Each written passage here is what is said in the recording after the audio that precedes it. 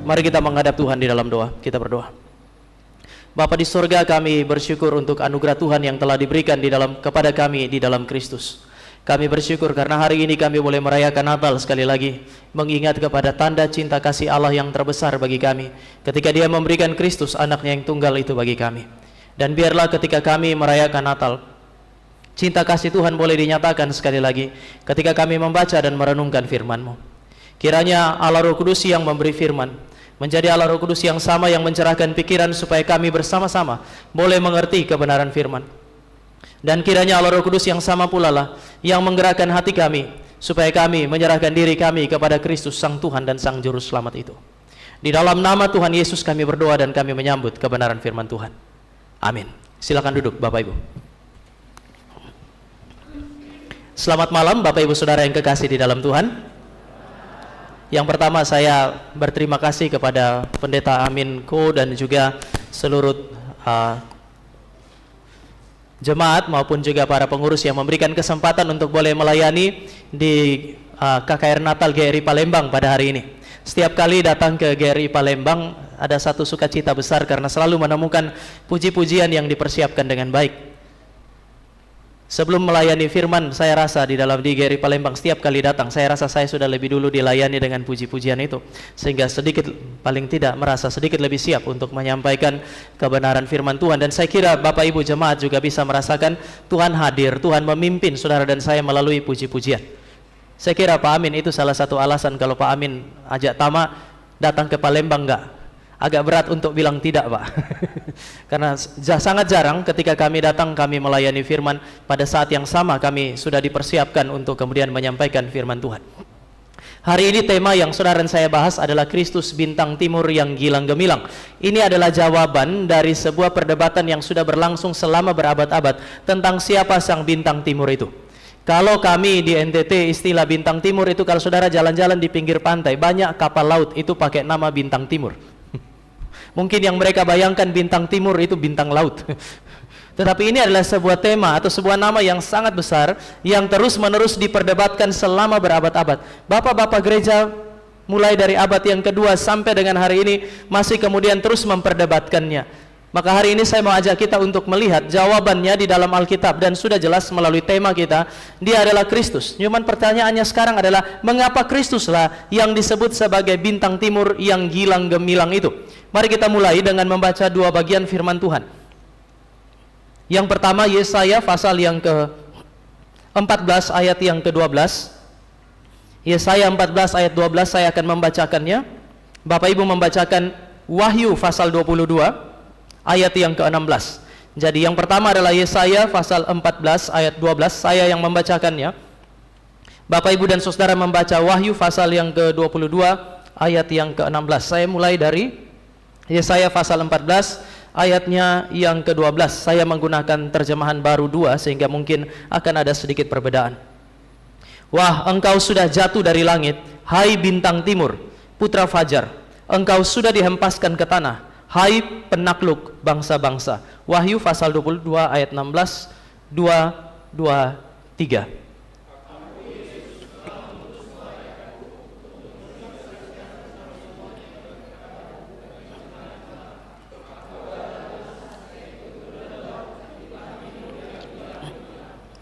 Bapak Ibu Saudara yang kekasih di dalam Tuhan, sejak zaman perjanjian lama sampai dengan masa Yesus Kristus, paling tidak sampai dengan abad yang pertama, istilah bintang timur atau istilah bintang fajar itu seringkali digunakan untuk satu planet yang hari ini saudara dan saya sebut sebagai planet Venus.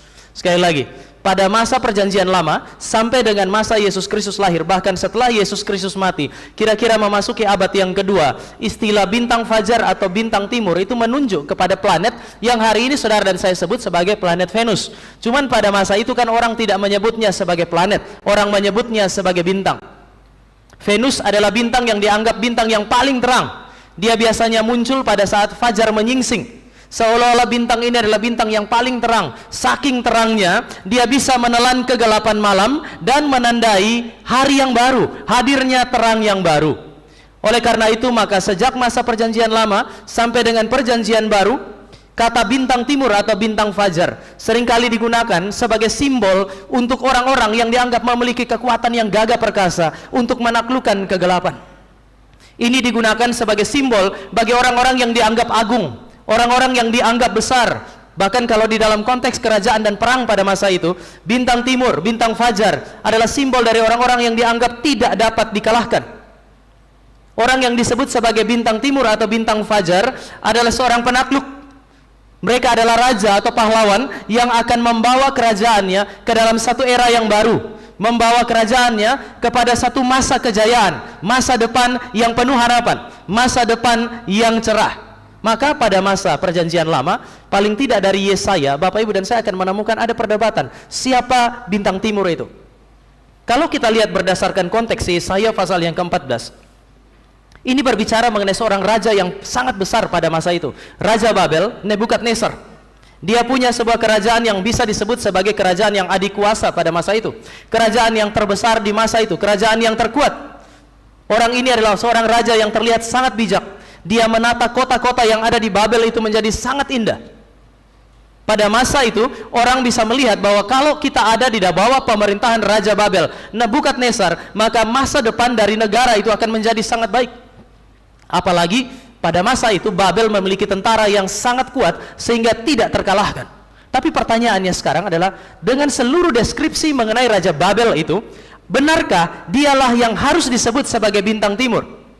Terang yang menaklukkan kegelapan, pribadi yang tidak terkalahkan oleh siapapun. Untuk menjawab pertanyaan ini, saya kira cukup sederhana. Kita bisa tanya, di mana Babel hari ini? Kalau memang ini adalah negara adikuasa, kerajaan yang besar yang tidak dapat ditaklukkan, pertanyaan yang paling sederhana, di mana Babel hari ini? Orang seringkali mengidentifikasi Babel dengan Irak. Di mana dia sekarang? Kerajaan ini sudah takluk, masih di dalam perjanjian lama. Sebelum Yesus Kristus hadir, orang ini sudah ditaklukkan oleh negara yang lain atau bangsa yang lain. Kerajaan ini pernah dihancurkan. Dia adalah raja yang dapat digantikan. Dia bukan seorang raja yang tidak dapat tergantikan. Di mana Raja Babel hari ini? Di mana Nebukadnezar hari ini? Dia telah mengalami apa yang disebut sebagai kematian. Sehingga sebesar apapun dia, seagung apapun dia, paling tidak dia pernah ditaklukkan oleh apa yang disebut sebagai kematian. Dan sampai hari ini dia tidak pernah mengalahkan yang namanya kematian itu. Oleh sebab itu maka saudara dan saya tidak bisa bilang bahwa dia adalah bintang timur yang sejati. Maka para penafsir itu kemudian bilang, mungkin ada tokoh yang kedua, karena ini bicara mengenai bintang yang jatuh. Kemudian diingatlah di dalam perjanjian baru itu, Tuhan Yesus bilang, saya melihat iblis itu jatuh dari langit. Kemudian orang bilang, mungkin ini adalah Lucifer. Apakah benar ini Lucifer? Mungkin saja. Kalau saudara dan saya lihat di dalam Alkitab, Lucifer atau iblis itu telah menaklukkan semua. Raja mana yang tidak pernah ditaklukkan oleh iblis? Ketika iblis menaklukkan kita, dia tidak datang dan menghancurkan kita pertama-tama dengan menghancurkan visi kita, tetapi dia akan mempengaruhi kita dengan apa yang disebut sebagai dosa, memimpin kita, membawa kita kepada kematian, dan pada akhirnya bermuara kepada neraka. Saya mau tanya, raja mana di dalam alam semesta ini yang tidak ditaklukkan oleh iblis dengan dosa? Bahkan kalau saudara dan saya mau berbicara mengenai orang-orang yang besar, dosa, kematian, dan neraka ini menaklukkan segala sesuatu. Semua bangsa pernah ditaklukkan olehnya. Oleh karena itu ada yang bilang iblislah yang disebut sebagai bintang timur itu. Raja-raja agung di dalam perjanjian lama seperti Daud, Salomo pernah ditaklukkan oleh dosa. Hari ini mereka tidak ada karena mereka telah mengalami apa yang disebut sebagai kematian.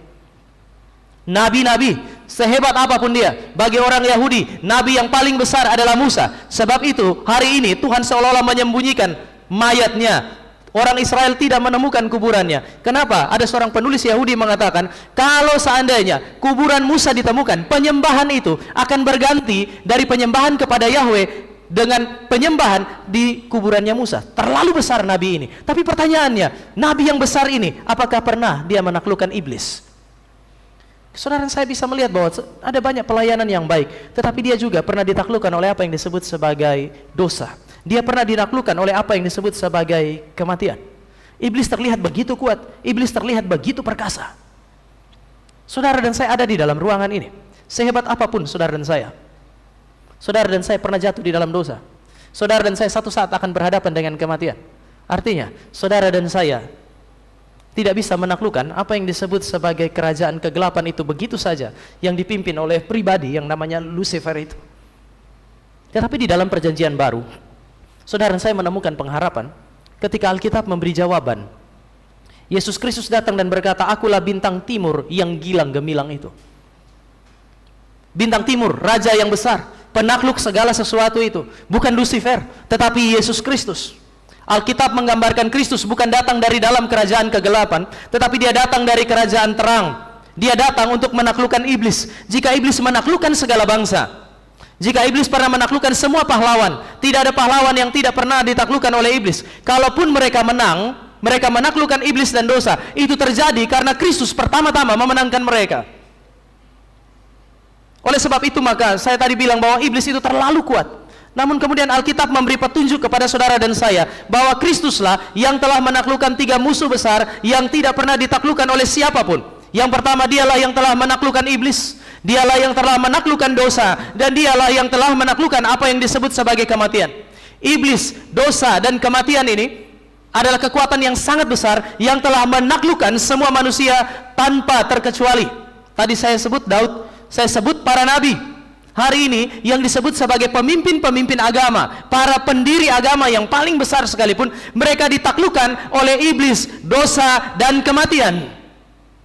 Satu-satunya pribadi, sekali lagi, satu-satunya pribadi yang telah menaklukkan iblis, dosa, dan kematian adalah Kristus. Saya mau ingatkan kita satu istilah ini, sulung dari segala kebangkitan.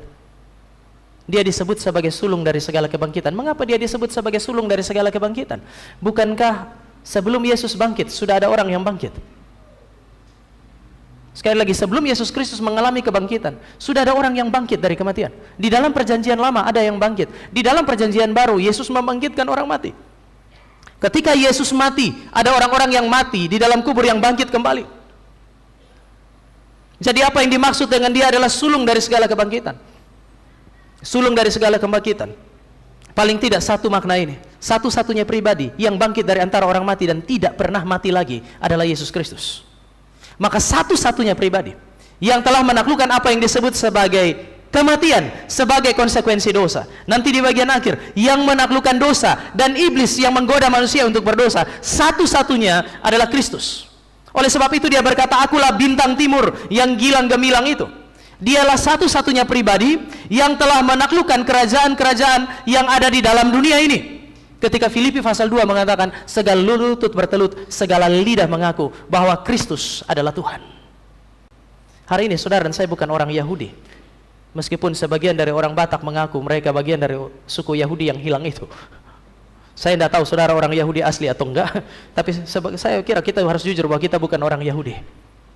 Tetapi saudara dan saya menyanyikan puji-pujian bagi Kristus. Mengapa? Karena Kristus telah menaklukkan semua bangsa. Di dalam perjanjian lama, itu seolah-olah hanya ada satu bangsa yang begitu dekat dengan Tuhan, itu adalah orang-orang Israel. Hari ini, saudara dan saya masuk di dalam kategori bangsa-bangsa yang datang kepada Kristus, memberikan penyembahan kepada dia, memberikan puji-pujian kepada dia. Kenapa? Karena dia telah menaklukkan semua bangsa di bawah kakinya. Bukan iblis yang menaklukkan dunia ini, tetapi Kristuslah yang telah menaklukkannya.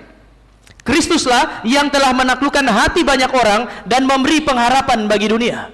Bapak Ibu, saya tidak tahu, ada satu orang namanya Napoleon Bonaparte itu.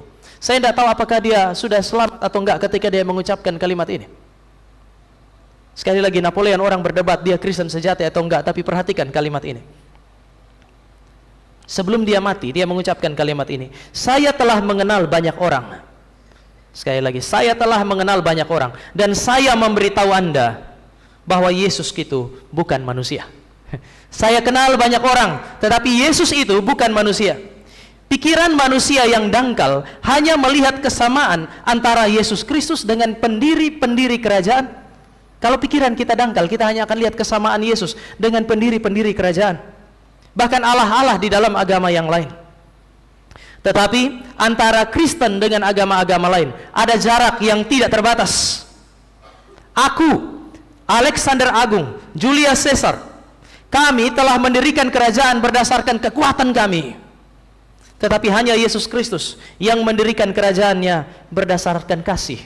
Dan hingga hari ini masih ada jutaan orang yang mau menyerahkan nyawa bagi dia. Sekali lagi saya tidak tahu Napoleon ini adalah orang yang sudah diselamatkan oleh enggak atau belum ketika mengucapkan kalimat ini. Tapi matanya cukup tajam untuk melihat bahwa hanya ada satu pribadi yang telah menaklukkan manusia di dalam dunia ini, yaitu Yesus Kristus. Tetapi kemudian Bapak Ibu dan saya, apa yang mau kita ambil sebagai kesimpulan dari bagian yang pertama ini? Kalau ada satu pribadi yang disebut sebagai raja di atas segala raja, saudara dan saya tidak bisa menunjuk kepada pribadi yang lain kecuali Yesus Kristus. Sekali lagi, Yesus Kristus yang saudara dan saya rayakan kelahirannya hari ini, dia adalah raja di atas segala raja. Ini pengharapan bagi kita. Di salah satu cabang yang saya layani, anak seorang bapak, kalau Bapak Ibu lihat orangnya tinggi besar, punya dua anak, satu laki-laki satu perempuan. Lalu kemudian anak perempuan itu harus pergi kuliah di Amerika. 1 bulan sebelum pergi, anaknya pergi kuliah di Amerika, yang matanya terus berkaca-kaca itu papanya. Satu kali saya duduk sama dia, saya tanya, kenapa sedih sekali? Lalu dia bilang, sebentar lagi anak saya sudah akan pergi. Saya pegang pundaknya, saya bilang, bapak badannya besar. Kita kadang-kadang laki-laki nih ya, badan kayak gorila, hati kita Barbie. Gampang sekali menangis. Iya Pak, saya sedih. Itu apa ya, orang Batak pakai istilah boru panggaruan atau apalah saya gitu. Tapi itu anak perempuan yang sangat dia kasihi. Lalu waktu sudah mau berangkat, 2 hari kemudian mau berangkat, pada saat saya datang dan ada di cabang itu, mereka tanya, Bapak ada di mana? Saya bilang saya ada di gereja. Dia datang dengan istri bawa anaknya. Lalu kemudian datang, dan biasa begitu kita berdoa sama-sama. Kemudian saya tanya, mau doa apa? Anak perempuannya, ya, anak yang mau pergi, anak kadang-kadang mau pergi tinggalin rumah, dia senang ya. Doakan biar Tuhan sertai Pak. Anak perempuannya ngomong dengan senyum-senyum. Papanya sekali lagi dengan air mata bilang, saya nggak tahu apa yang akan terjadi dengan anak saya di sana. Kemudian sebelum saya berdoa, sebelum saya bagi firman, saya bilang, Pak, ingat prinsip ini. Our God is the Lord of the universe. Allah kita adalah Tuhan atas alam semesta. Kristus yang saudara dan saya punya ini adalah Tuhan atas alam semesta. Saudara dan saya bisa menyerahkan apapun kepada dia, dan tidak seharusnya saudara dan saya takut dan khawatir terhadap apapun yang ada di dalam alam semesta ini. Sekali lagi, orang Kristen punya pengharapan, orang Kristen punya kekuatan, dan tidak seharusnya kita takut terhadap apapun yang ada di dalam alam semesta ini, yang kata Kristus bisa merebut jiwa kita, menghancurkan tubuh kita, tetapi tidak bisa mengambil kehidupan daripada kita. Kenapa? Karena Tuhan kita adalah Tuhan atas alam semesta. Maka tidak seharusnya saudara dan saya hidup di dalam kekhawatiran, hidup di dalam apa yang disebut sebagai ketakutan. Ada bapak-bapak badannya besar, mau pergi ke kamar mandi malam hari, bangunin istri, jagain. Saya kira, di mana Kristus? Kenapa istri harus jadi juru selamat? Yang kayak begini, istri meninggal dia nih, kehilangan pengharapan. Ada orang, mungkin Bapak Ibu tertawa dengan yang ini, tetapi bagaimana dengan yang berikut ini? Bapak Ibu yang punya usaha, Bapak Ibu yang punya pekerjaan, apa yang telah membuat Anda takut sehingga Anda mengkompromikan iman Anda ketika menjalani usaha, pekerjaan, dan studi? Terlalu besarkah pergumulan itu? Jika Kristus adalah raja di atas segala raja, maka tidak ada satu pergumulan yang seharusnya saudara dan saya khawatirkan sampai saudara dan saya itu harus meninggalkan dan mengabaikan Sang Kristus ini. Kadang-kadang saudara dan saya gampang bilang Yesus adalah raja di atas segala raja. Dia adalah bintang timur yang gilang gemilang, gak ada yang bisa menaklukkan dia. Tetapi seringkali kita mengkompromikan iman kita karena ketakutan kita. Banyak anak muda itu, kalau masih belum punya pacar, belum punya kerja, rajin sekali datang gereja. Tiap kali waktu doa, kan gereja punya waktu doa. Kalau di Depok itu Sabtu sore, di Cikarang itu Sabtu pagi. Kalau mereka lagi bergumul dengan kerja, bergumul dengan pasangan hidup, itu kita hamba Tuhan datang gereja minder. Itu pemuda sudah duduk di situ sebelum hamba Tuhan datang. Ini siapa hamba Tuhannya? Tapi nanti kalau dia sudah dapat apa yang dia minta sama Tuhan, entah kerjanya, entah pacarnya, kita cari dia setengah mati, sibuk. Pacarnya dan pekerjaannya bisa berubah menjadi Tuhannya. Rasanya kadang-kadang mau ajak jemaat, mari kita berdoa biar dia kehilangan pacar dan pekerjaan, supaya dia tahu kembali kepada Tuhan dan berlutut sama Tuhan. Cuman kan gak bagus juga begitu. Saya tidak tahu di Palembang ada yang kayak begitu enggak. Tapi kalau ada, bertobatlah, karena Kristus yang Anda punya itu adalah Raja di atas segala raja. Dia adalah sang bintang timur yang gilang gemilang itu. Tapi mungkin saudara dan saya berkata, ya dia Raja di atas segala raja. Orang Kristen ngomong begitu gampang, Pak.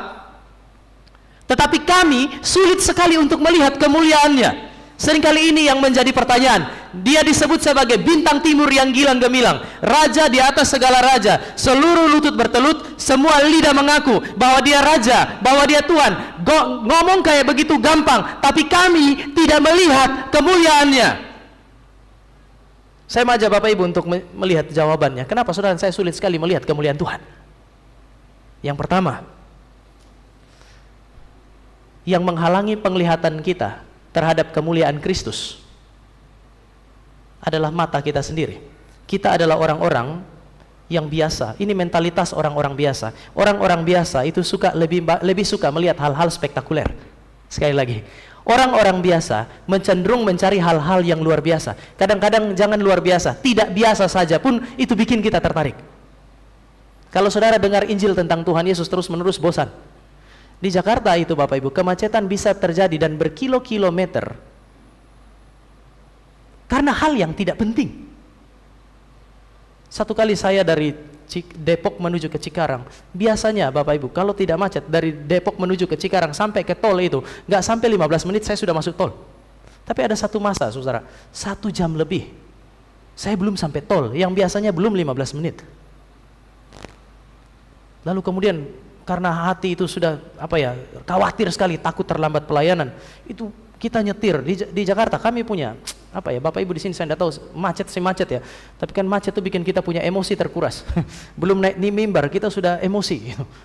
Di sini mau naik mimbar dihibur dengan puji-pujian yang agung kepada Tuhan, di sana di jalan kita emosi duluan. Kadang-kadang terpaksa harus lewat di bahu jalan. Istri saya sering bilang, Tama jangan lewat bahu jalan. Saya bilang enggak, bahu jalan dicipta untuk hamba Tuhan biar gak terlambat. Kali itu Bapak Ibu macet lama sekali, yang tadinya saya bilang 15 menit bisa 1 jam lebih. Lalu kemudian sampai di satu titik, di depan itu tidak ada apa-apa, tetapi di sebelah kiri jalan, di atas jembatan itu ada 3 anak muda berdiri dan lihat ke bawah. Karena saya sudah jengkel, saya pikir di depan gak ada apa-apa, berarti semua orang melambat gara-gara lihat mereka bertiga kan. Saya turunin kaca, saya tanya, ada apa? Gak ada apa-apa Pak. Jadi kalian lihat apa di bawah? Nggak ada, kami cuma berdiri di sini. Dalam hati saya, aduh dari tadi kami harus macet-macet hampir 1,5 jam demi tidak ada apa-apa. Kalau jawabannya ada emas di bawah, oke lah. Atau Kristus menampakkan diri di bawah jembatan, oke lah. Tapi inilah orang-orang biasa. Kita berhenti mengalihkan perhatian kita dari hal-hal yang penting karena ada yang tidak biasa. Ketika Yesus Kristus datang di dalam dunia, dia terlihat biasa, bukan? Ketika saudara dan saya membaca Alkitab, Yesus Kristus akan terlihat biasa. Mentalitas orang-orang yang biasa adalah mereka terus-menerus mencari hal-hal yang tidak biasa, hal-hal yang spektakuler. Ini adalah penghalang pertama. Itu sebabnya banyak orang Yahudi tidak percaya kepada Yesus Kristus. Karena waktu mereka minta tanda, Yesus nggak kasih tanda. Paulus bilang, orang Yahudi itu lebih tertarik kepada apa yang disebut sebagai tanda-tanda ajaib. Tetapi yang kami beritakan adalah Kristus. Ini menjadi sebuah tantangan yang besar bagi saudara dan saya. Atau yang kedua, Bapak Ibu, karena Yesus itu tampil secara sederhana. Kadang-kadang saudara dan saya, masalah ada pada pikiran kita ketika kita lihat Yesus, apa sih yang istimewa dari Yesus? Rasanya sama aja kan ya? Apa bedanya setelah Bapak Ibu percaya Yesus dengan hari ini? Sebelum percaya Yesus dengan hari ini, setelah percaya Yesus. Biasanya ada sukacita, tetapi setelah bertahun-tahun jadi Kristen, rasanya sukacita itu biasa. Kalau saudara punya handphone baru, itu orang lain gak boleh pegang. Kita pengen lihat terus, tetapi kalau sudah biasa lihat itu, ya itu juga menjadi sesuatu yang biasa. Orang muda, dua orang muda yang pacaran karena jarang ketemu, sesekali ketemu. Begitu ketemu sukacita. Nanti waktu menikah, hari pernikahan itu adalah hari yang penuh dengan kebahagiaan. Betul, sampai dengan kira-kira tahun pertama dan tahun kedua. Hari pertama masuk kepada pernikahan, masuk ke dalam kamar. Besok pagi waktu bangun kaget, ih kok ada orang di sini? Baru lihat, oh iya tadi malam sudah menikah. Setelah 9 tahun masih kaget nggak? Masih kaget? Mungkin iya. Ih, kenapa masih dia?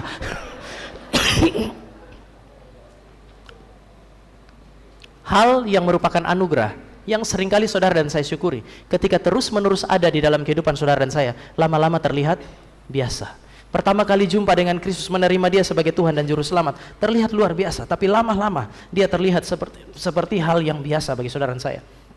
Kenapa? Karena makin lama, kadang-kadang kita kehilangan hal yang terpenting yang disebut sebagai esensi. Seorang pengkhotbah itu pernah bilang begini, Natal yang pertama, kalau saudara dan saya itu seperti kalau saudara dan saya datang ke sungai, dari jauh tuh nggak kelihatan apa-apa, kelihatan biasa saja. Tapi begitu sampai ke pinggir sungai itu, Bapak Ibu dan saya akan bersyukur. Kenapa? Karena sungai itu begitu jernih. Mata kita bisa melihat ke dalam sampai ke dasarnya, dan seluruh keindahan alam yang Tuhan ciptakan terlihat dengan sangat jelas. Bagaimana dengan Natal hari ini? Dia bilang Natal hari ini itu seperti saudara dan saya pergi ke sungai. Dari jauh sungai itu terlihat warna-warni, ramai sekali. Tapi begitu saudara dan saya mendekat, saudara dan saya akan menemukan sampah yang telah menutup seluruh air sungai itu, sehingga kita tidak lagi bisa melihat anugerah Tuhan yang tersembunyi di dalamnya. Berapa kali sudah Bapak Ibu dan saya merayakan Natal? Lama-kelamaan jadi biasa kan ya? Berapa kali sudah Bapak Ibu dan saya berkata Kristus adalah Tuhan dan Juru Selamat kami? Tapi lama-lama ini kemudian menjadi sesuatu yang biasa. Yesus terlihat sama saja, dan inilah bahayanya. Nah, tadi saya bilang Napoleon itu orang yang mungkin bukan orang percaya, tetapi dia bisa melihat perbedaan antara Kristus dengan yang lain. Dan salah satu kunci bagi saudara dan saya untuk bisa menikmati hidup adalah melihat apa yang disebut sebagai perbedaan. Pendiri GRI itu, Pendeta Stephen Tong, sering bilang begini, orang bodoh hanya melihat persamaan, tetapi orang yang cerdas menemukan perbedaan. Bahaya kalau saudara dan saya menemukan atau mendefinisikan sesuatu hanya berdasarkan persamaan. Bapak Ibu dan saya punya mata berapa? 2 kan ya? Bapak Ibu tidak mau jawab, nggak punya mata. Kita punya mata 2. Sapi matanya berapa? Kita punya hidung berapa? Anak kecil jawab. Sapi punya hidung berapa? Lubang hidungnya sapi berapa? Kita punya lubang hidung berapa?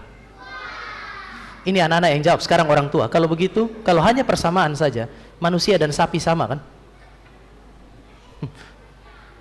Kalau saudara dan saya mengambil kesimpulan hanya berdasarkan persamaan-persamaan, Alkitab secara filosofis, secara spiritual, saudara dan saya akan menemukan betapa bodohnya kita. Orang yang cerdas harus menemukan apa yang disebut sebagai perbedaan. Hal yang membedakan manusia dari binatang. Sama ketika Yesus datang dan dia terlihat begitu sederhana, terlihat sama dengan seluruh manusia. Bapak Ibu dan saya sebagai orang percaya dituntut untuk menemukan apa yang disebut sebagai perbedaan. Dan saya mau tawarkan beberapa perbedaan yang memberi petunjuk Yesus berbeda dari yang lain, meskipun dia terlihat sangat sederhana. Memang ketika dia datang, dia terlihat sama dengan saudara dan saya. Kalau Alkitab mengatakan Allah itu adalah Allah yang besar, kalau seandainya ada yang disebut sebagai Allah, maka Allah itu mestinya adalah Allah yang perkasa. Kalau Allah itu ada, maka seharusnya dia mulia. Tetapi ketika Allah menjadi manusia, Yesaya mengatakan semaraknya tidak kelihatan. Yang Alkitab mau katakan kepada Bapak Ibu dan saya adalah kira-kira demikian. Kalau kita baca Alkitab, melihat kepada Yesus Kristus sebagai manusia, dan kelihatannya dia tidak beda dengan kita, dia sama dengan kita, itu memang rencana Tuhan. Sekali lagi, kalau Yesus terlihat biasa saja, dia tidak terlihat mulia. Kalau memang dia Allah yang besar, kenapa dia tidak mulia? Dia terlihat biasa-biasa saja. Oh ya, karena memang Allah merencanakannya demikian. Sebelum dia datang, Alkitab sudah bilang bahwa ketika Mesias datang, semaraknya tidak kelihatan. Dia tidak ingin dilihat, tidak ingin dipandang. Banyak orang tidak ingin memandang dia, tidak menginginkan dia. Kenapa? Karena Tuhan memang desain demikian. Supaya saudara saya menemukan 2 hal ini. Yang pertama, Allah itu harus jadi manusia, sama seperti saudara dan saya, untuk menunjukkan betapa lemah dan rapuhnya manusia. Kalau saudara bilang, dia manusia biasa. Kenapa kalau dia besar? Dia bintang timur yang gilang gemilang. Kenapa dia adalah terlihat sebagai manusia biasa? Orang Yahudi melihat dia sebagai manusia biasa. Oh ya, karena memang Allah mendesain dia, Allah merencanakan dia, supaya ketika dia datang, dia jadi manusia persis sama seperti saudara dan saya. Kalau saudara baca di dalam Alkitab ada orang menghina Yesus Kristus, menganggap dia tidak mulia, iya, wajar. Karena dia menjadi sama seperti saudara dan saya yang telah kehilangan kemuliaan Allah. Kalau saudara dan saya melihat kepada Kristus dan menemukan dia begitu rapuh, kadang-kadang dia menangis seperti kita menangis. Kadang-kadang dia lapar seperti kita lapar. Kadang-kadang dia terlihat lemah sama seperti kita mengalami apa yang disebut sebagai kelemahan. Bahkan dia mengalami kematian sama seperti saudara dan saya mengalami kematian. Ingat bahwa Allah memang mendesain Kristus ketika dia datang sedemikian untuk memberi petunjuk bahwa saudara dan saya rapuh, lemah, dan satu saat akan mengalami apa yang disebut sebagai kematian. Dia tidak tampak mulia untuk memberi petunjuk siapa saudara dan saya. Dia tampak sangat lemah. Dia tampak tidak berarti untuk memberi petunjuk kepada saudara dan saya siapa kita, apapun posisi sosial kita.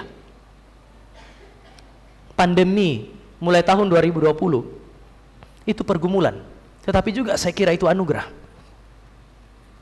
Di dalam konteks itulah saudara dan saya bisa lihat siapa kita, bukan?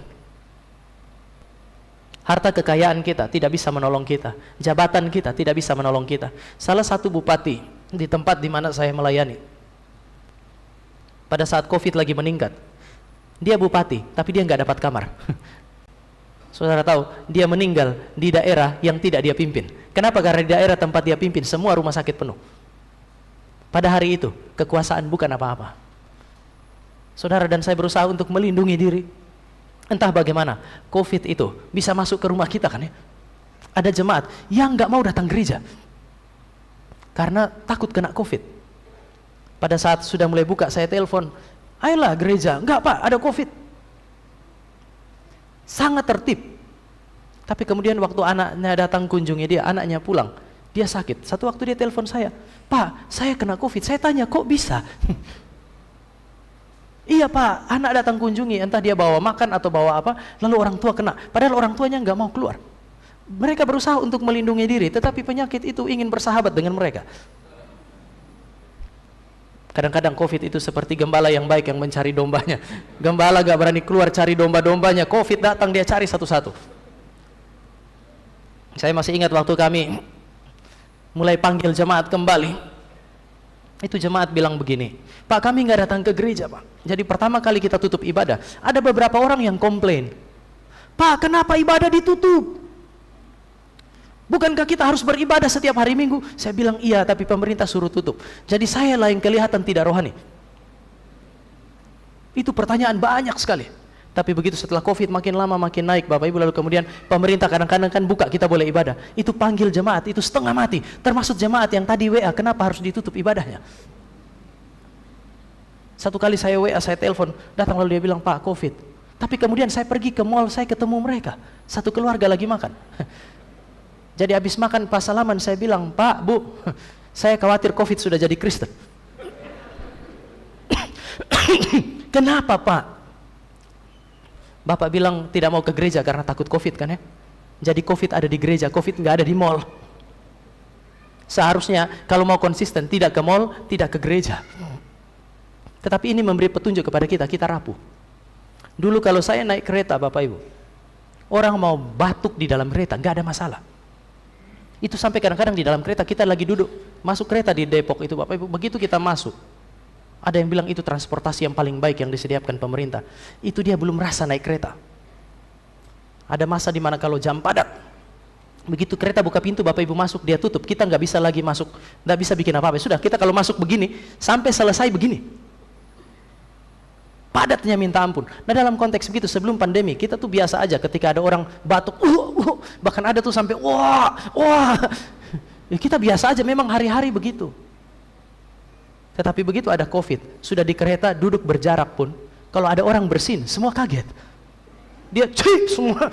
Jadi bersin itu seperti wabah yang sangat besar. Kita semua khawatir. Untuk memberi petunjuk kita lemah. Tapi seringkali saudara saya menutupi kelemahan kita. Kristus menjadi manusia, dan saudara dan saya bilang, coba lihat dia hina, dia lemah, dia bukan apa-apa. Ya, dia jadi seperti saudara dan saya untuk mempertontonkan siapa saudara dan saya. Allah mendesain Kristus untuk menggambarkan siapa kita. Kalau begitu dia sama dengan kita, ada beda enggak? Ada. Kristus mengalami seluruh kelemahan kita. Dan ketika saudara dan saya mengalami kelemahan-kelemahan seperti yang Kristus alami, seringkali kelemahanlah yang menjadi alasan bagi saudara dan saya untuk bikin dosa, kan ya? Ketika kita lapar, kita mencuri. Kelemahan kita menjadi alasan untuk kemudian melakukan dosa. Ketika saudara dan saya terdesak, saudara dan saya pakai alasan kami ini manusia yang lemah. Berapa banyak orang di dalam gereja ketika mereka melakukan dosa di hadapan Tuhan dan kemudian dikonfrontasi oleh hamba Tuhan, seringkali bilang, memang kami ini manusia yang lemah, kami bukan apa-apa di hadapan Tuhan. Saya kira itu bukan sebuah kalimat yang salah sepenuhnya, tetapi juga seringkali dijadikan sebagai alat untuk mengafirmasi atau menerima bahwa saya adalah orang lemah, sehingga wajar kalau saya berbuat dosa. Bapak Ibu, Kristus mengalami seluruh kelemahan yang Bapak Ibu dan saya alami, dan ada bedanya. Ketika Kristus mengalami seluruh keterbatasan manusia, dia bukan hanya tidak berdosa, dia tidak menjadikan kelemahan sebagai alasan untuk berbuat dosa. Dia tidak menjadikan kelemahan sebagai apa yang disebut sebagai afirmasi terhadap dosa. Dia bukan hanya tidak berdosa, tetapi dia memuliakan Tuhan, memuliakan Bapanya di dalam kelemahan. Sekarang saudara dan saya bisa lihat perbedaannya dengan sangat jelas. Tuhan membuat dia, mengizinkan Allah jadi manusia sama seperti kita, lemah seperti kita, untuk mempertontonkan siapa kita, sekaligus mendidik saudara dan saya bahwa kelemahan bukan alasan untuk berdosa.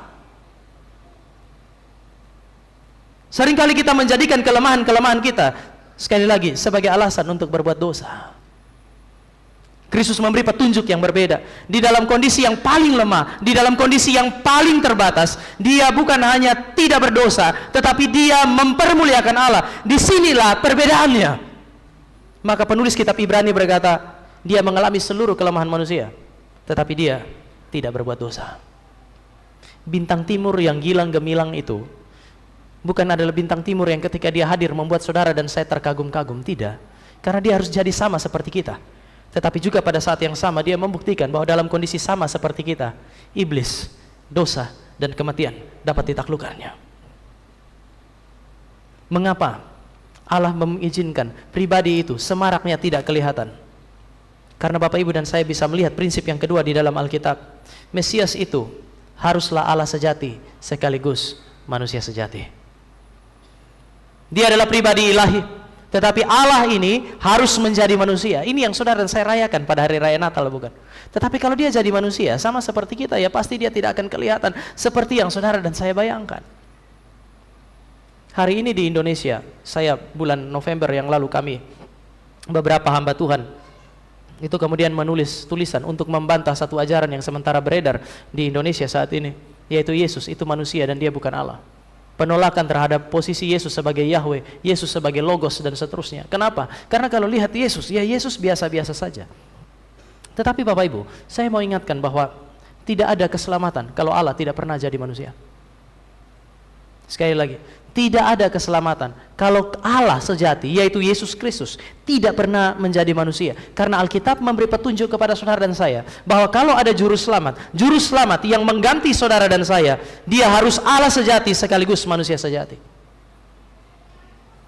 Di dalam Alkitab ada kalimat ini, mata ganti mata, gigi ganti gigi, nyawa ganti nyawa. Banyak orang bilang ini adalah hukum balas dendam, lex talionis. Tetapi itu bukan hukum balas dendam. Orang salah menafsir ayat itu, mereka akan bilang itu balas dendam.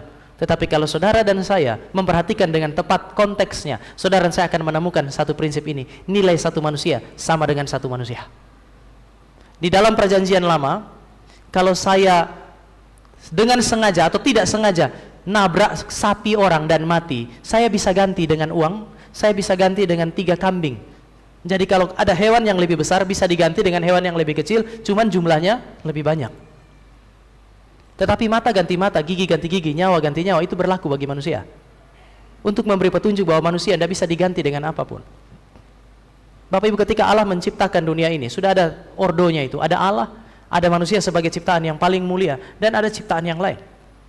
Seberapa banyak pun ciptaan yang lain ini dikumpulkan untuk dibawa kepada Allah mengganti manusia, itu sesuatu yang tidak mungkin. Oleh sebab itu Allah berkata, aku tidak berkenan kepada korban persembahanmu. Saya kira saya pernah sampaikan contoh ini di Palembang. Kalau saya buru-buru datang kemari dan kemudian waktu dari Depok nyetir, kemudian saya lewat di satu daerah di mana ada kios, lalu kemudian ada seorang yang punya jualan di situ, punya anak kecil, anak itu tiba-tiba nyebrang jalan dan kemudian tanpa sengaja saya tabrak anak itu dan anak itu langsung meninggal. Waktu papanya keluar dengan marah, apa yang akan saya lakukan? Waktu papanya tanya, siapa yang tabrak anak saya? Kemudian saya bilang saya, dan begitu papanya marah, papa kalau marah mungkin dia ke dalam, lalu kemudian dia ambil pedangnya, dia tanya, siapa yang bunuh anak saya? Dengan takut saya bilang, saya pak, tapi saya nggak sengaja. Meskipun kamu nggak sengaja, kamu nggak bisa kembalikan anak saya sudah mati. Apa yang akan terjadi kalau saya bilang begini, pak, kalau begitu saya ganti anaknya? Kamu mau ganti pakai apa?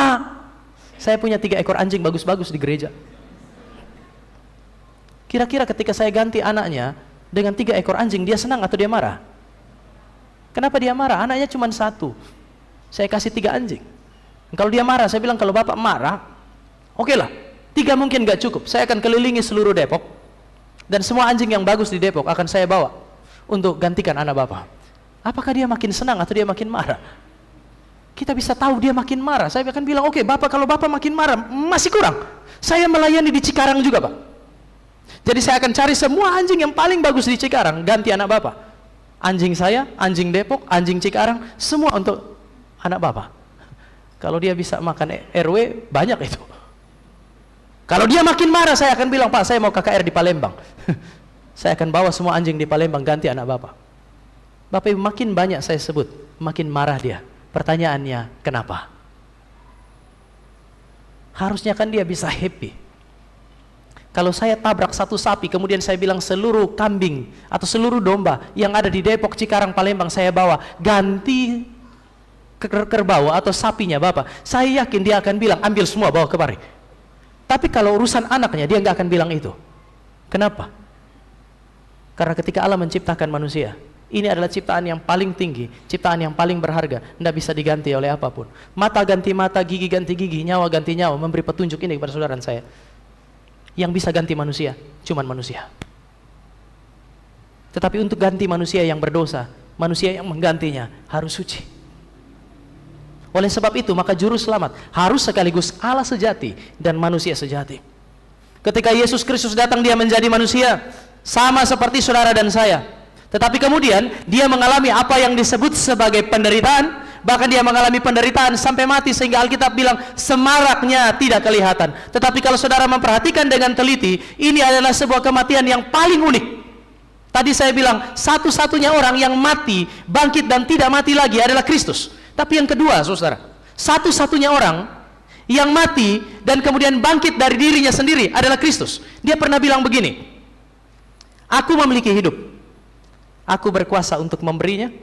Tapi kemudian dia nggak berhenti di situ kan ya? Dia bilang apa? Aku berkuasa untuk mengambilnya kembali.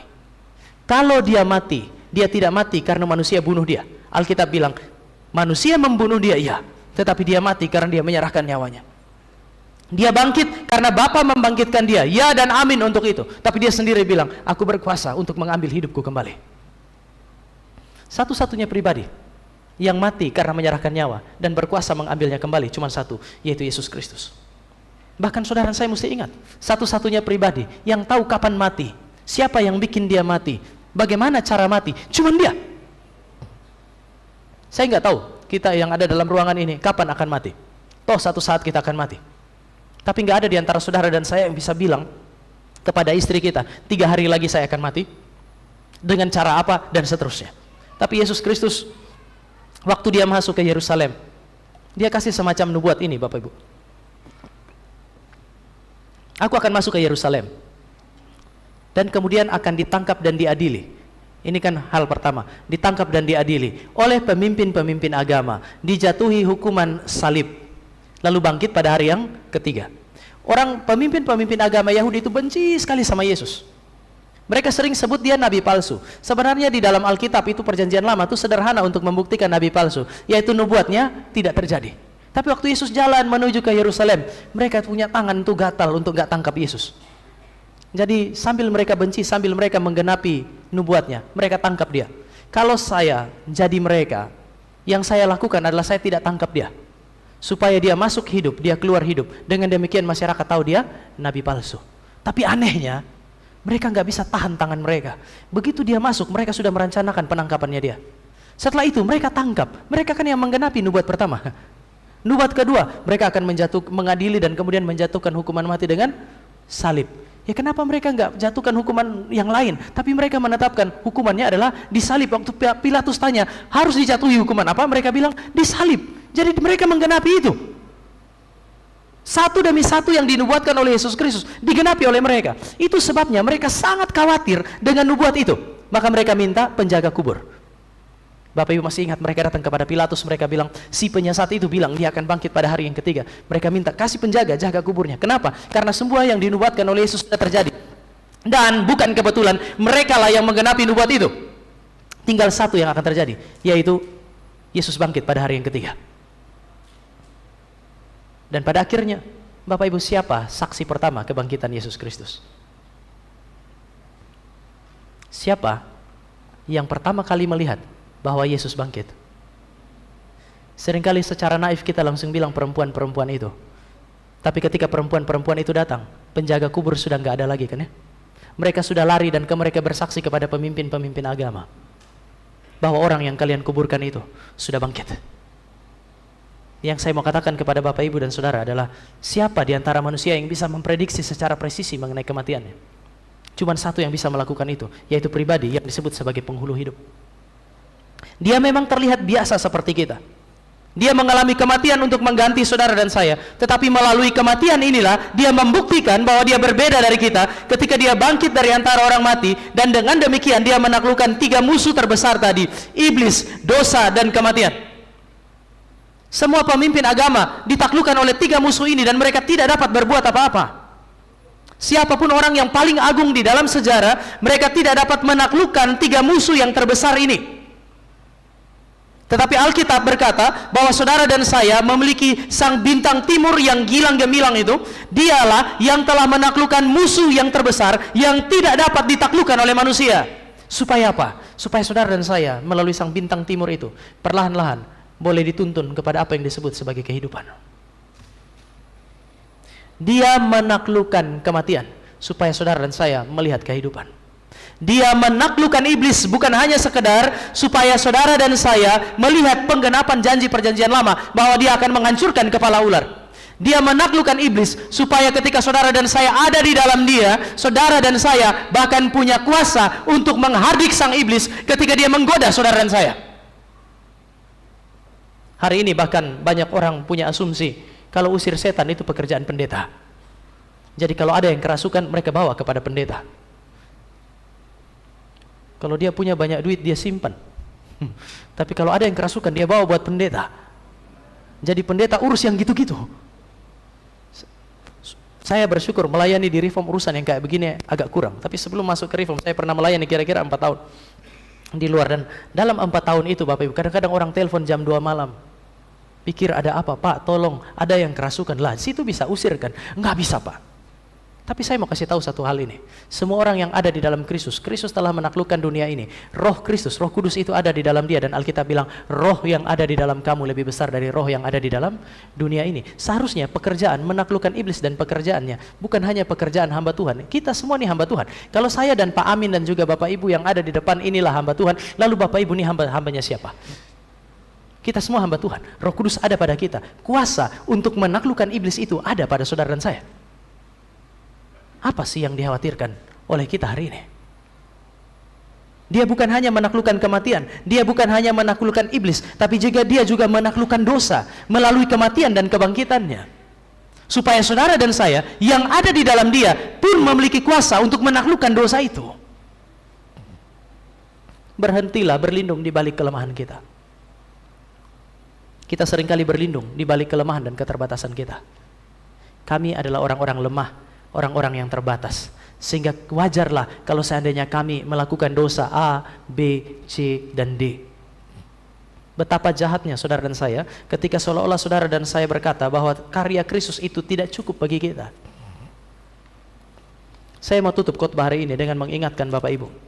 Sekali lagi, saya tidak tahu orang yang bernama Napoleon yang saya sebutkan tadi itu sudah diselamatkan atau belum. Mungkin saja dia adalah orang yang belum diselamatkan dan satu saat dia akan binasa. Tapi kok dia bisa melihat dengan sangat tajam, lebih daripada apa yang dilihat oleh orang Kristen. Karena orang Kristen hari ini cenderung terjebak di dalam apa yang disebut sebagai kedangkalan. Seharusnya saudara dan saya melihat lebih jauh daripada apa yang dilihat oleh Napoleon Bonaparte. Kristus yang saudara dan saya punya adalah sang bintang timur yang gilang gemilang itu. Dia gilang gemilang karena dia telah menaklukkan semua musuh yang terbesar di dalam dunia ini. Iblis, dosa dan maut. Dia menaklukkan itu supaya ada damai di antara kita dengan Tuhan dan bukan perang. Dia menaklukkan semua itu supaya ada damai di antara saudara dan saya satu dengan yang lain. Dia mati supaya kita hidup. Dia yang benar telah dihancurkan, bahkan mengalami kematian supaya saudara dan saya menikmati pembenaran dari dia, karena dia telah berdiri pada posisi saudara dan saya. Di dalam dunia ini nggak ada cinta kasih yang lebih besar daripada ini. Natal bercerita mengenai hal ini. Zaman dulu kalau orang baca novel, mereka selalu tertarik dengan cerita mengenai seorang pangeran yang meninggalkan kerajaannya, meninggalkan harta kekayaannya untuk bersatu dengan putri yang cantik jelita. Sering digambarkan sedemikian. Oh, ada pangeran yang meninggalkan kerajaannya karena cinta, menempuh perjalanan yang panjang, berjumpa dengan seorang putri yang cantik jelita. Dia meninggalkan semua itu dan mereka hidup bahagia selama-lamanya. Alkitab juga menceritakan kepada saudara dan saya mengenai cinta kasih sang pemilik kerajaan surga itu. Dan saudara perhatikan ini, di dalam dunia ini tidak ada seorang pangeran yang pernah menempuh perjalanan sejauh yang ditempuh oleh Kristus.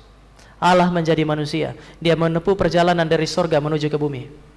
Dan ketika dia mengalami apa yang disebut sebagai kematian, Bapak Ibu dan saya, itu berarti dia melanjutkan perjalanan dari sorga menuju ke bumi, dari bumi kembali ke sorga, tetapi dia singgah di satu titik yang hari ini secara teologis disebut sebagai neraka. Waktu dia berkata, Allahku, Allahku, mengapa engkau meninggalkan aku? Keterpisahan dari Allah adalah inti neraka itu. Sehingga kalau Yesus berkata, Allahku, Allahku, mengapa engkau meninggalkan aku? Berarti Yesus telah menempuh perjalanan ini dari sorga menuju ke bumi. Tidak ada pangeran yang pernah melewati proses ini. Sekarang dia akan kembali dari bumi menuju ke sorga. Tetapi sebelum ke sana dia singgah di satu titik yang saudara dan saya sebut sebagai neraka, keterpisahan dari Allah. Terlalu panjang perjalanan itu. Pertanyaannya sekarang adalah untuk apa? Untuk mendapatkan putri yang cantik jelita. Lalu mereka hidup bahagia selama-lamanya. Mari kita jujur, Yesaya dan Yeremia menyebut saudara dan saya bukan sebagai putri yang cantik jelita, tapi mereka pakai dua kata yang sangat kasar, yaitu pelacur dan perempuan sundal.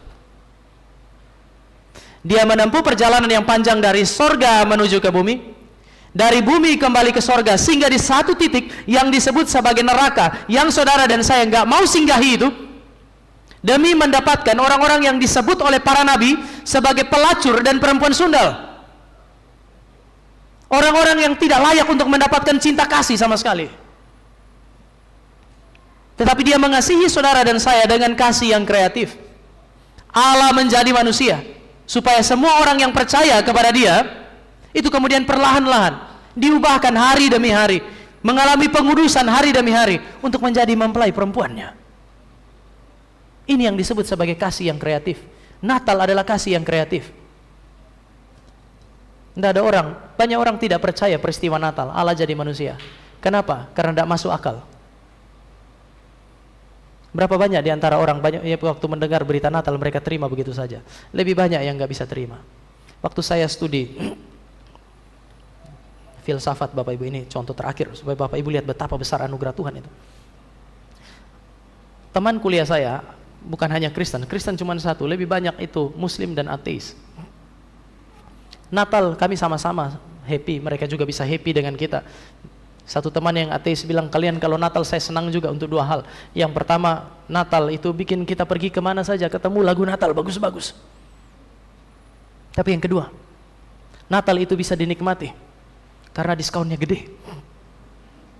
Itu yang dia nikmati. Lalu satu kali dalam percakapan dia bilang, yang saya sulit percaya adalah bagaimana kamu belajar filsafat dan kamu percaya Yesus itu Allah. Kamu kan belajar filsafat. Bagaimana seorang yang belajar filsafat masih mau jadi pendeta? Kamu berarti kamu bukan hanya mau percaya Allah jadi manusia, tapi kamu juga harus menceritakan Allah jadi manusia, kan ya? Lalu kemudian saya bilang beginilah, kalau seandainya kamu nggak percaya pun, saya mau tanya, kalau memang Allah itu ada, kan dia tidak percaya Allah ada. Kalau seandainya Allah itu ada, secara filosofis menurut kamu, dia bisa tidak melakukan apa yang dia inginkan? Oh ya, kalau dia ada, pasti dia bisa lakukan apapun yang dia inginkan. Kalau dia ada dan dia bisa melakukan apapun yang dia inginkan dan dia sanggup, kalau dia mau menjadi manusia harusnya bisa dong. Oh iya bisa. Jadi saya bilang nggak ada masalah dengan apa yang saya yakini. Masuk akal kok. Pertama, karena Allah ada, tapi saya sangat sulit percaya. Saya bilang saya bersyukur kamu sulit percaya. Untuk membuktikan kepada kamu dan kepada saya paling tidak, ini yang saya beritakan. Kalau kamu tidak percaya, itu adalah petunjuk bahwa kamu tidak sanggup untuk memikirkan Allah jadi manusia. Seorang filsuf sekalipun sulit untuk memikirkan jalan keluar keselamatan adalah Allah menjadi manusia. Yang kedua, kamu sulit percaya bukan karena kamu tidak sanggup memikirkan bersama dengan seluruh dunia ini, tidak sanggup memikirkan Allah jadi manusia. Yang kedua, kamu sulit percaya karena kamu tidak pernah bisa menjadikan Allah jadi manusia. Jadi kamu tidak sanggup memikirkannya, kamu tidak sanggup buat. Kenapa? Karena meskipun kamu menyebut diri kamu filsuf, kamu tetap manusia biasa. Tapi dia Allah, dia sanggup untuk merancangkannya, dia sanggup untuk menjadikannya, supaya manusia sadar bahwa itu anugerah. Dan saya kasih tahu kamu, saya percaya bukan karena saya bodoh. Toh nilai saya kadang-kadang lebih bagus dari kamu. Saya percaya, kalau saya percaya itu karena anugerah Tuhan. Saya bisa mempercayai sesuatu yang kamu nggak percayai, karena Tuhan beranugerah bagi saya. Sekarang saya mau mengajukan pertanyaan yang sama bagi Bapak Ibu. Bapak Ibu percaya bahwa Yesus Kristus adalah Allah yang menjadi manusia? Tidak percaya. Pertanyaan ini, apakah Bapak Ibu percaya bahwa Yesus adalah Allah yang menjadi manusia? Kenapa saudara percaya sesuatu yang tidak dipercaya oleh orang lain? Mengapa saudara bisa mempercayai sesuatu yang di dalam dunia ini lebih banyak orang nggak percaya itu? Kalau saudara bisa percaya hari ini, saudara mesti sadar, kepercayaan itu hanya bisa ada bukan karena saudara terlalu cerdas, karena banyak orang cerdas tidak mempercayai itu. Saudara hanya bisa percaya semata-mata karena Tuhan beranugerah bagi saudara dan saya. Mari kita tundukkan kepala kita. Firman Tuhan hari ini berkata bahwa Kristus adalah sang bintang timur yang gilang gemilang itu. Dia adalah pribadi yang telah menaklukkan musuh terbesar manusia, iblis, dosa, dan kematian, untuk membuktikan bahwa dia adalah sang penghulu hidup. Dia adalah Allah yang hidup. Dia Allah yang mencintai kita sehingga dia telah menaklukkan segalanya bagi kita. Dan Allah yang sama itu adalah Allah yang memanggil kita untuk menyerahkan diri kepadanya. Mari kita berdoa. Bapa di sorga, kami bersyukur untuk Kristus sang bintang timur yang gilang gemilang itu. Kami bersyukur karena dia adalah Allah yang hidup, yang telah menjadi manusia. Dan oleh karena dia adalah Allah yang menjadi manusia, maka dia telah menaklukkan musuh-musuh yang tidak dapat kami taklukkan. Dia menderita dan mati, namun dia bangkit untuk mengalahkan iblis, dosa, dan kematian yang telah menaklukkan manusia dari abad pertama sampai dengan hari ini. Kami bersyukur untuk kasih karunia Tuhan, dan kami berdoa mengucap syukur pula untuk tangan-tangan yang terangkat, yang telah melihat perbedaan Kristus dari yang lain dan menyerahkan diri kepada Kristus untuk menikmati penebusan Tuhan. Biarlah Tuhan berbelas kasihan bagi kami semua. Di dalam nama Tuhan Yesus kami berdoa. Amin.